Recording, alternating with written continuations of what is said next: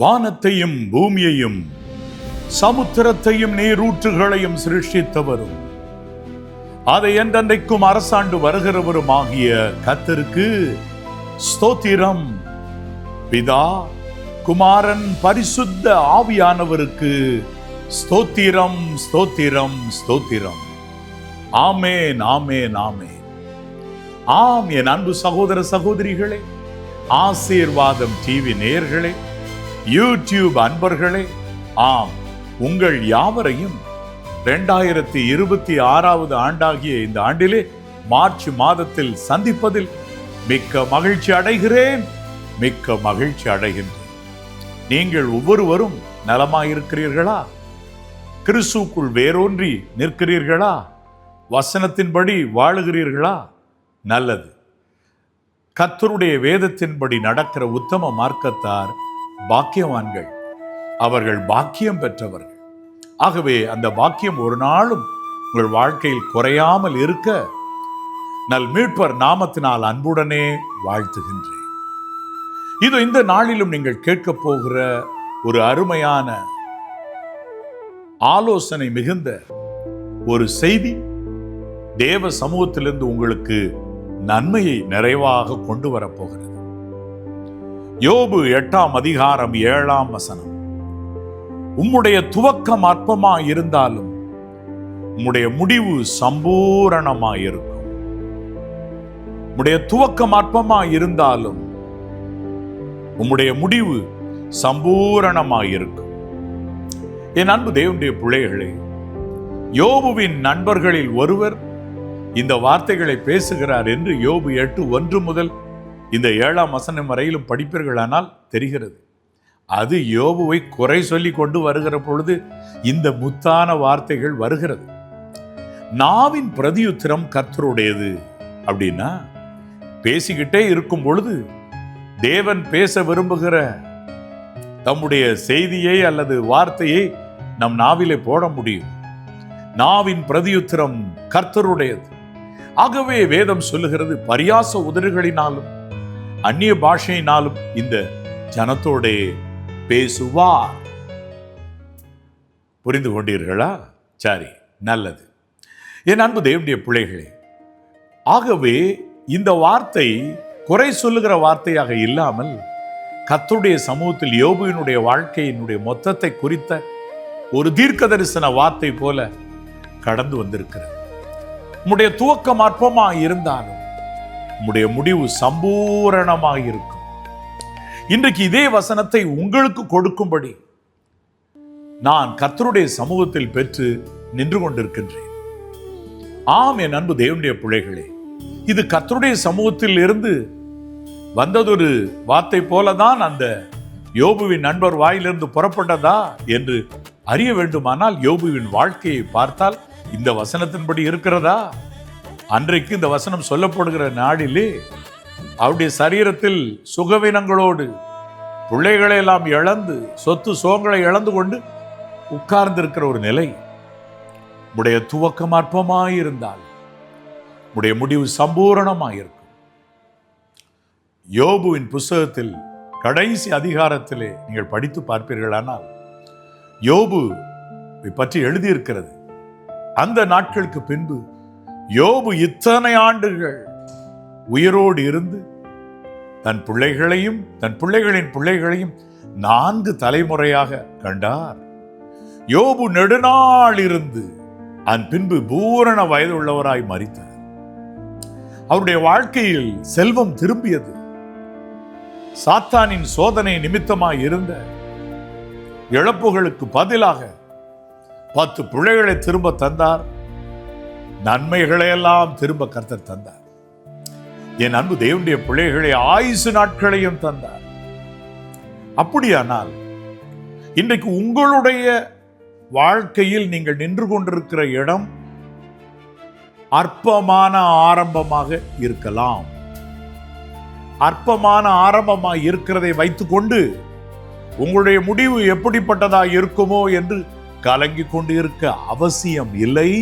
என் அன்பு சகோதரனே, சகோதரியே, வயதில் மூத்தவர்களே, ஆம், சிறு பிள்ளைகளே, நீங்கள் கலங்க அவசியமே இல்லை. உம்முடைய துவக்கம் அற்பமாய் இருந்தாலும் உம்முடைய முடிவு சம்பூரணமாயிருக்கும். சம்பூரணமாயிருக்கும். என் அன்பு தேவனுடைய பிள்ளைகளே, ஆண்டவருடைய முழுநேர ஊழியத்தை செய்யும்படி ஆண்டவர் என்னை அழைத்த பொழுதும், இதோ ஊழியத்தில் ஒரு பெரிய வளர்ச்சியை தேவன் கொடுப்பாரானால் அந்த ஊழிய பணத்தை வைத்துதான் இவர் இப்படி வாழுகிறார் அப்படி வாழுகிறார் என்றெல்லாம் குறை பேசுகிற பரியாச உதடுகள் இருக்கிறது என்பதனால நான் ஒரு வீடியோ ஸ்டுடியோவை நிறுவி அதிலிருந்து வருகிற பணத்தை வைத்து ஊழியத்தை செய்தால் யார் நம்மை குறை சொல்வார்கள்? அதிலிருந்து எனக்கு தேவையான நன்மைகளை கர்த்தர் தந்தால் யார் என்னை குறை சொல்வார்கள் என்று ஒரு ஸ்டுடியோவை நிறுவ ஓடிக்கொண்டிருக்கும் பொழுதுதான் என்னுடைய 2 கரங்கள் உடைந்து போயிற்று ஒரு சாலை விபத்திலே. அப்பொழுது மனுஷருக்கு பயப்படுவதை பார்க்கிலும் கர்த்தருக்கு பயப்படுவதே தலையானது, சிறப்பானது. அதுவே தேவை. மனுஷருக்கு பயப்படும் பயம் கண்ணியை வருவிக்கும். என்னுடைய கைகள் 2ஐயும் உடைத்து போட அந்த கண்ணியா இருந்தது மனுஷருக்கு பயப்படுகிற பயம் என்று கண்டு நான் ஆண்டவர் பாதத்தில் என்னையே அர்ப்பணித்தேன். என்னுடைய வலது கரத்தில் எலும்பு சரியான விகிதத்தில் பொருத்தப்பட்டிருந்த போதும் ஒரு சிறு குறைபாடு இருந்ததினால் வேதனை இருந்து கொண்டே இருந்தது. அப்பொழுது விருதுநகரிலே இருந்து கொஞ்ச தூரத்தில் மம்சாபுரம் என்ற ஒரு இடம் இருக்கிறது. இங்க புத்தூர் கட்டுன்னு போடுறாங்க பாருங்களேன், அது மாதிரி மம்சாபுர கட்டு போய் போட்டா வேதனை நீங்கி போகும்னு எல்லாருக்கும் தெரியும். ஆகவே நானும் என்னுடைய டேடியுமாக அங்கு நாங்கள் புறப்பட்டோம். நடு வழியிலே ஒரு போதகர் வீட்டிற்கு நாங்கள் சென்று சற்றே பேசி பின்பு புறப்பட வேண்டியதாய் இருந்தது. அந்த போதகர் எங்களுக்கு முன்பு அறியாமல் இருந்தவர் தான், எங்களை பற்றிய விவரம் தெரியாதவர் தான். இங்கு ஒரு போதகர் இருக்கிறார் என்ற ஒரு அடையாளத்தை மட்டும் வைத்துக்கொண்டு அவர் வீட்டுக்கு சென்று சற்றே ஒரு நிமிடங்கள் இருந்து நாம் பயணத்தை தொடரலாம் என்று நாங்கள் நின்ற போது அந்த போதகர் எங்களை அன்போடு வரவேற்றார். வாங்க வாங்க, நீங்க 2 பேரும் யாரு என்று கேட்டார். நான் என்னை பற்றி சொன்னேன். இதை போல நான் வீடியோ இன்ஜினியராக இருந்தேன், இப்பொழுது முழுநேர ஊழியத்துக்கு வந்திருக்கிறேன். ஆண்டவருக்கு கீழ்ப்படியாததினால் என்னுடைய 2 கைகளும் உடைந்து போயிற்று. பகுதி நேர ஊழியம் செய்யலாம் என்று மனுஷருக்கு பயந்து நினைத்ததினால் இந்த நிலை. இவங்க தான் என்னுடைய டேடி என்று பொன்னையா ஜெயபாலன் ஆகிய என்னுடைய டேடியை அந்த போதகரிடத்தில் அறிமுகம் செய்தேன். என்னையும் சுய அறிமுகம் செய்து கொண்டேன். அப்பொழுது அவர் பார்த்து கொண்டே இருந்து விட்டு சொன்னார், உங்க 2 பேரை நான் பார்க்கிறப்ப ஒரு காரியத்தை என்னுடைய கண்ணுக்கு தெரியுது. ஒரு குறிப்பிட்ட ஆண்டிலே டிஜிஎஸ் தினகரன் ஐயாவும் அவருடைய மகனும் நான் ஒரு குறிப்பிட்ட ஊரில் இருந்த பொழுது என்னுடைய வீட்டிற்கு வந்தார்கள். அவர்களை கர்த்தர் இன்றைக்கு ஏராளமாய் ஆசீர்வதித்து பெருக பண்ணி இருக்கிறார். உங்க 2 பேரை பார்த்தா அதே போல இன்னொரு சேற்று போல நீங்கள் இன்றைக்கு எனக்கு முன்பதாக நடந்து வருவதாக என் உள்ளத்திலே படுகிறது. பாருங்க, உங்க ஆரம்பம் அற்பமா இருந்தாலும் தம்பி, உங்க எதிர்காலம் பாருங்க சம்பூரணமா இருக்க போகிறது. என்றைக்கு தன்னையும் அறியாமல் தீர்க்க தரிசன வார்த்தை சொல்லுகிறது போல அந்த போதகர் பேசினார். இன்றைக்கும் நான் யோசித்து பார்க்கிறேன். அற்பமான ஒரு ஆரம்பம். என்னுடைய விபத்தில் வந்த நஷ்டஈடு பணத்தை வைத்துதான் அந்த ஆபீஸ் முதலாவது செட் பண்ண ஆபீஸுக்குரிய தேவைகள் எல்லாம் சந்திக்கப்பட்டது. அதை வைத்து அற்பமான ஆரம்பம். அற்பமான ஆரம்பத்தினால யார் அசட்டை பண்ணலாம்? காரணம், கர்த்தர் உங்களுடனே இருப்பாரானால் நீங்கள் அற்பமான ஆரம்பத்தை உடையவர்களாக இன்று நின்று கொண்டிருந்தால் உங்கள் முடிவு சம்பூரணமாயிருக்கும். சம்பூரணமாயிருக்கும். பயப்படாதிருங்கள். கர்த்தர் தாமே உங்களுக்கு முன்னாக போவார். உங்கள் வாழ்க்கையை ஏதனை போல மாற்றுவார். ஆனால் ஒன்றே ஒன்று, நன்மை தீமை அறியத்தக்க கனி இல்லாத ஒரு ஏதேனை போல, நியூ ஏதன், புதிய ஏதேன் தோட்டம் போல உங்கள் வீட்டை மாற்றுவார். ஏதேனை போல கர்த்தரின் தோட்டமாய் உன் வீட்டை மாற்றிடுவார். கர்த்தர் ஏதேனை போல கர்த்தரின் தோட்டமாய் உன் வீட்டை மாற்றிடுவார். அதை சித்திரம் தீர்த்து மகிமையானதாய் நிறுத்தி காண்பிப்பார். Challenge challenge challenge challenge. சாத்தானுக்கு வைத்தார் செக்கு, செக் மேட்டு. உங்கள் இருதயம் கலங்காது இருப்பதாக. ஆம், ஒரு எளிய பாடல் இது, நான் எழுதினது. ஏதேனை போல உங்கள் வீட்டை கர்த்தர் மாற்றி விடுவார். நாளொன்று வரப்போகிறது. இன்று நீங்கள் நிற்கிறதான நிலைமை, மனுஷரால் அவமதிக்கப்பட்டு கடன், வட்டி, அடைமானம் வைத்து நிற்கிற இந்த நிலை, இல்ல ஒரு சிலது ஆரம்பிக்கிறீங்கல்ல, ஒரு தொழில் ஆரம்பிக்கிறீங்கல்ல, திருமணமாகி உங்க வாழ்க்கையை புதிதாக ஆரம்பிக்கிறீங்கல்ல, அற்பமான ஆரம்பம். ஊழியத்தை ஆரம்பிக்கிறீங்கல்ல, அற்பமான ஆரம்பம், ஒரு எளிய ஆரம்பம். ஆனா ஒண்ணு, பயப்படாதீங்க.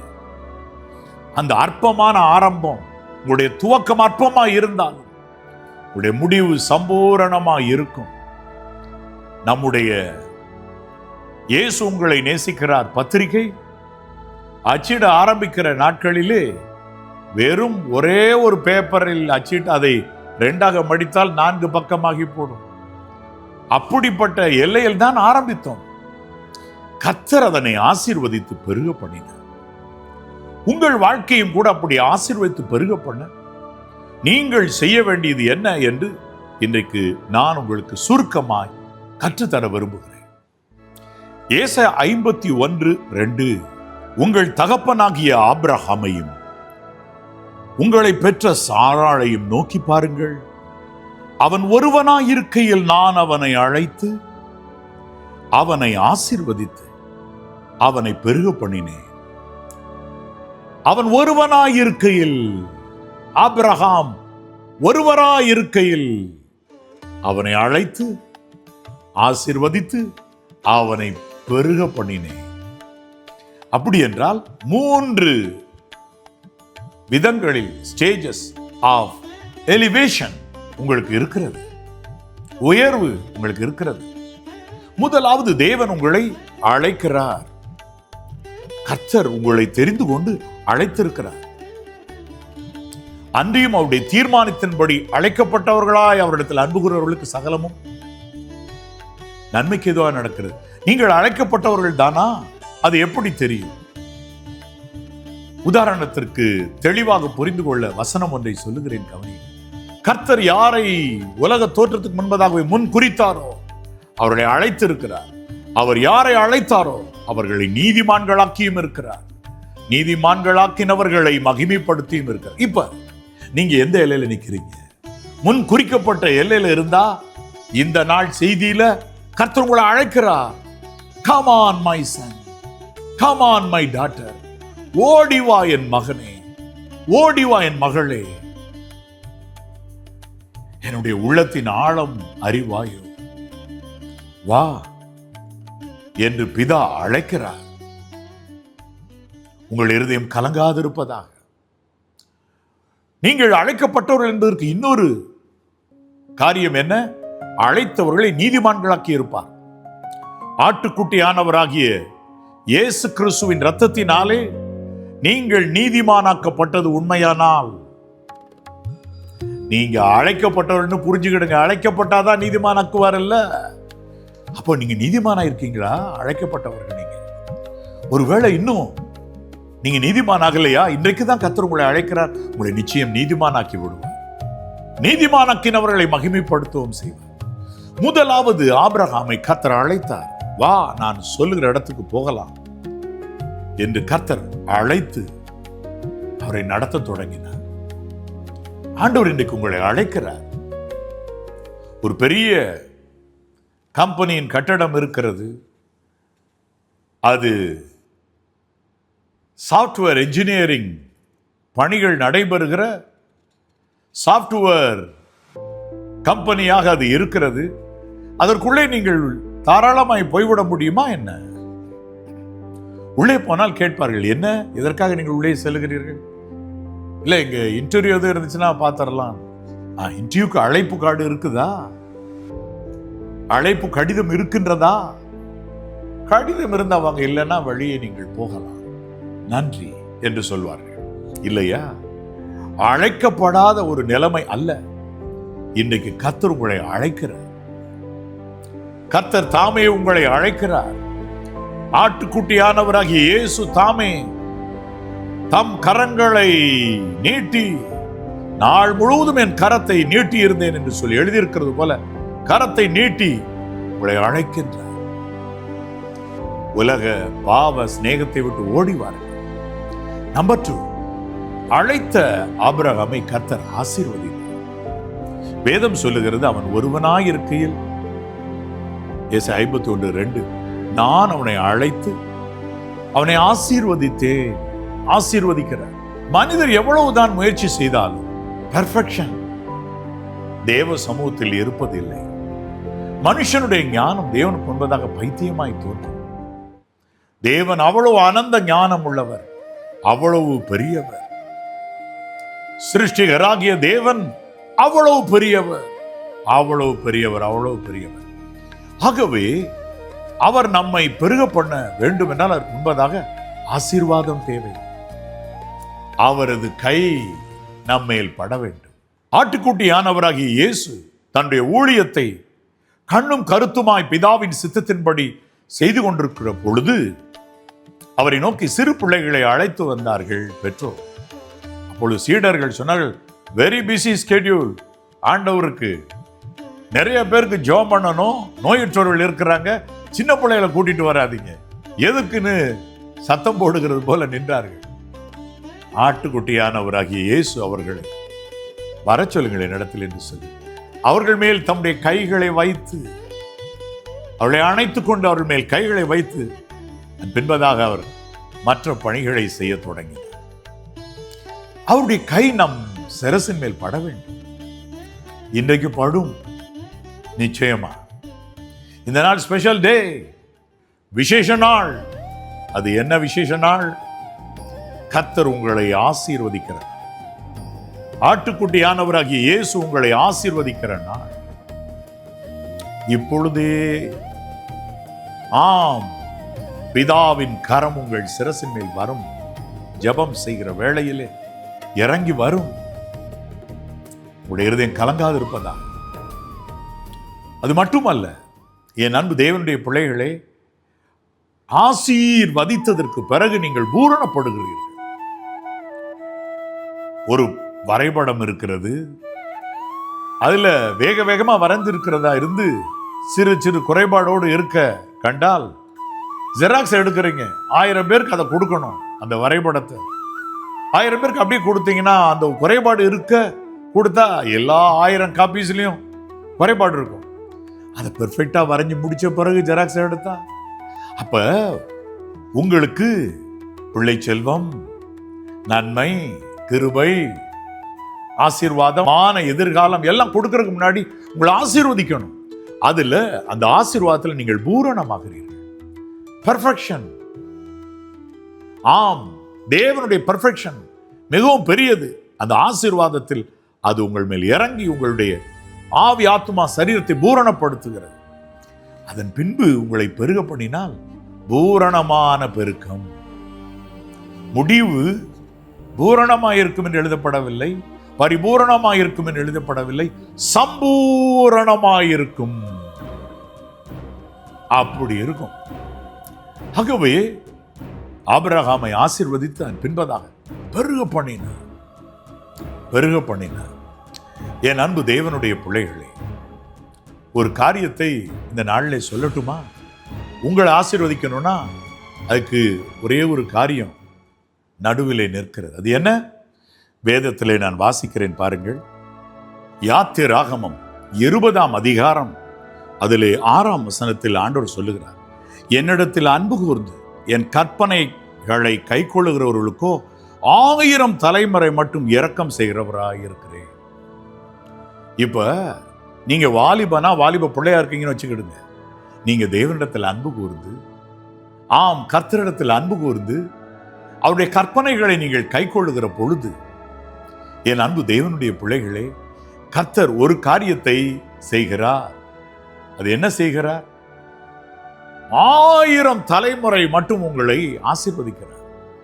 ஆபிரகாமின் பிள்ளைகள் என உண்டாகும் முன்னமே லேவி முதற்கொண்டு ஈசாக்கு, யாக்கோபு, இஸ்மவேல், லேவி, யூதா எல்லாரும் இருக்க அந்த லேவி முதற்கொண்டு ஆபிரகாமினுடைய அறையில் தான் இருந்தார் என்று வேதவசனம் சொல்லுகிறது. அப்ப உங்களுக்குள்ளதான் உங்களுக்குரிய 1000 தலைமுறையும் அடங்கி இருக்கு, உங்களுக்குள்ளதான் இருக்கு. அப்ப நீங்க வசனத்தின்படி நடக்க ஆரம்பிச்சுட்டா 1000 தலைமுறைக்கு இரக்கம் செய்வார். அவர் நீதி உள்ள நியாயாதிபதி. ஆனா வாக்கு கொடுத்துட்டார், இரக்கம் செய்வேன். என்ன இரக்கம்? ஒருவனுக்கு தூக்கு தண்டனை விதிக்கப்பட்ட கைதியாக இருக்கிற ஒருவனுக்கு ஜனாதிபதியினிடத்தில் கருணை மனு கொடுக்க, சரி இவனுக்கு தூக்கு தண்டனை வேண்டாம் என்று சொன்னால் அந்த இரக்கம் கிரியை செய்யும். அதை தடுக்க யாரும் இல்லவே இல்லை தேசத்தில். அதுபோல எல்லாரிலும் சுப்ரீம் பீயிங், உன்னதமானவராக இருக்கிற சர்வ சிருஷ்டிகராகிய தேவன் சொல்றாரு, பிதா சொல்றாரு, 1000 தலைமுறைக்கு இரக்கம் செய்தேன். அப்ப ஆபிரகாமை பெருக பண்ணினேன் என்றது போல உங்களையும் பெருக பண்ணுவார். இன்னைக்கு உங்க மனசு சொல்லும், இல்ல கொஞ்ச நாள் தானே, எப்படியோ ஓடி நம்முடைய ஓட்டத்தை முடிக்கலாம். No no no no no no 1000 தலைமுறை மட்டும் உங்களுக்கு இரக்கம் செய்வேன் என்று வாக்கு கொடுத்து விட்டால் அந்த வாக்கு தவற மாட்டார். அதை புரிந்து கொள் என் அன்பு தேவனுடைய பிள்ளைகளை. அப்படியானால் அதுக்கு நீங்கள் என்ன செய்யணும்? தேவனுடைய கற்பனைகளை, கர்த்தருடைய கற்பனைகளை, கர்த்தர் எழுதி கொடுத்திருக்கிற வாசனங்களை அப்படியே நீங்கள் கை கொண்டு நடந்தால், அவருடைய கற்பனைகளின்படி நடந்தால் போதும். அவரிடத்துல அன்பு கூர்ந்தா போதும். 1000 தலைமுறைக்கு இரக்கம் வந்துடும். அவங்களெல்லாம் நரகத்துக்கு, பாதாளத்துக்கு தப்பிச்சுடுவாரா? அவர் கொடுத்துட்டார் வாக்கு. அவர் எப்படி கொண்டு வருகிறார், என்ன சிக்ஷையை கொடுத்து எப்படி கொண்டு வந்து பரலோக ராஜ்யத்தில் சேர்க்கணும், எப்படி நீதியின் பாதையில் நடத்தணும்னு அவருக்கு தெரியும். தமது நாமத்தின் நிமித்தம் நீதியின் பாதையில் நடத்துகிறார் என்று நாம் சொல்லுகிறோமே, அப்படி அவர் நடத்தி கொள்வார். ஆகவே 1000 தலைமுறைக்கு இரக்கத்தை சேருங்க. இல்ல பிரதர், எனக்கு பிள்ளைகள்லாம் பிறந்துட்டாங்களே, பரவாயில்ல, அவங்க உங்களிடத்துல தான் தோன்றி இருக்கிறார்கள். நீங்க கற்பனைகளின்படி நடந்து பாருங்க, எல்லாம் தன்னார் போல நடக்கும். நான் சிறுவனாய் இருக்கும் பொழுது பள்ளிக்கூடத்தில் இருந்து நூல் நூற்கும் ஆலைக்கு கொண்டு போனார்கள். அங்கு பெரிய பெரிய இயந்திரங்கள் 100 கணக்கில் இருக்க காண முடியும். அதில் ஒரு இயந்திரத்தில் மாத்திரம் 20-25 நூற்கண்டுகள் பஞ்சு கீழே பெரிய பேக்கில் வைத்திருப்பார்கள். அதை அப்படியே சுருட்டி நூலாக திரித்து நூல்கண்டில் அப்படியே சுற்றி கொடுத்துக்கிட்டே இருக்கும். அதுல ஒரு நூல் அறுந்து போச்சுன்னா அந்த முழு மெஷின் நின்று போகும். அந்த 25 நூற்கண்டுகள் ஓடுற நின்றும். உடனே மேனுவலா ஒருத்தர் ஓடி வந்து பஞ்சு கையினால் திரிச்சு அதோடு இணைச்சி விட்ட பிறகு, ஒரு முடி போட்டது போல போட்டு விட்ட பிறகு திரும்ப மிஷின் ஆன் பண்ண ஓட ஆரம்பிக்கும். அந்த ஆரம்பமும் ஆதாரமுமா இருக்கிற நூற்கண்டு நீங்க தான். நீங்க நல்லா ஓடிட்டீங்கன்னா உங்க குடும்பம் முழுசும் நல்லா இருக்கும். அதனோடு இன்னொன்று இருக்கிறது, உங்க சந்ததியோட தேவன் இருக்கணும். அப்படின்னா என்ன செய்யணும்?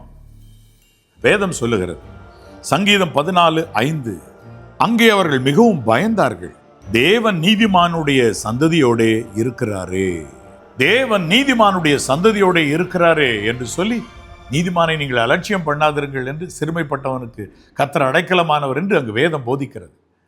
அப்ப இரக்கம் 1000 தலைமுறைக்கு பெற்றுக்கொண்டா அதோடு நிப்பாட்டாம தேவன் உங்க சந்ததியோட இருக்கணும்னா நீங்க நீதிமானா மாறுங்க.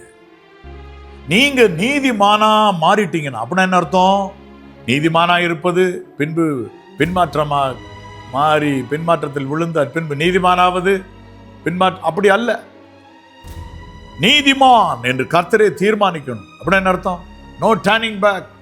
நான் பின்னிட்டு திரும்புவதில்லை என்ற தீர்மானம் நீங்கள் எடுத்து விட்டீர்கள் என்று கர்த்தருக்கு தெரியுமானால் இவன் இருமனம் உள்ளவன் அல்ல, நிலையுள்ளவனாய் இருப்பான், நிலை பெற்று இருப்பான்னு தெரிஞ்சிட்டா உங்களுடைய சந்ததியோட அவர் 1000 தலைமுறைக்கு இறக்க மட்டுமல்ல, தேவன் நீதிமானுடைய சந்ததியோட இருக்கிறாரே என்றபடி தேவன் இருப்பார்.